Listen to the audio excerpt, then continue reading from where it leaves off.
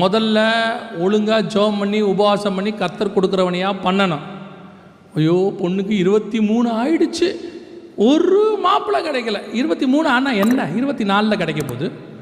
24 ஆனால் 25 கிடைக்க போகுது. இப்போ என்ன அர்ஜென்ட்டு?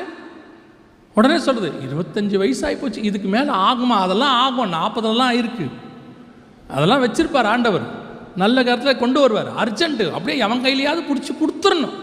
அப்புறம் கொடுத்த பிறகு கூட்டிகிட்டு வந்துடுறது வீட்டுக்கு. எதுக்கு? கவனிச்சு கொள்ளுங்க. நல்லா உங்கள் பிள்ளைகளுக்காக நீங்கள் ஜெபம் நல்லா ஜெபம் பண்ணுங்க. அதே மாதிரி கல்யாணம் பண்ணுறவங்களும் நீங்களும் நல்லா ஜெபம் பண்ணுங்க. ஜெபம் பண்ணிவிட்டு கல்யாணம் பண்ணுங்கள். கர்த்தர் சொன்னான்னு கன்ஃபர்மேஷன் வாங்கிக்கோங்க. அதுக்கப்புறம் இது ரெண்டாவது, இந்த கர்த்தர் கொடுத்துட்டாருங்கிறதுனால குடும்பம் அப்படியே தி பெஸ்ட்டாலாம் இருக்கும். அது நீங்கள் நினச்சிக்காதீங்க, கர்த்தர் கொடுத்துட்டாரு, பரலோகத்துலேருந்து தேவதையை கொடுத்துட்டாரு, down to earth made for each other, ஒரு மண்ணாங்கட்டியும் இருக்காது. திருப்பியும் சொல்கிறேன்,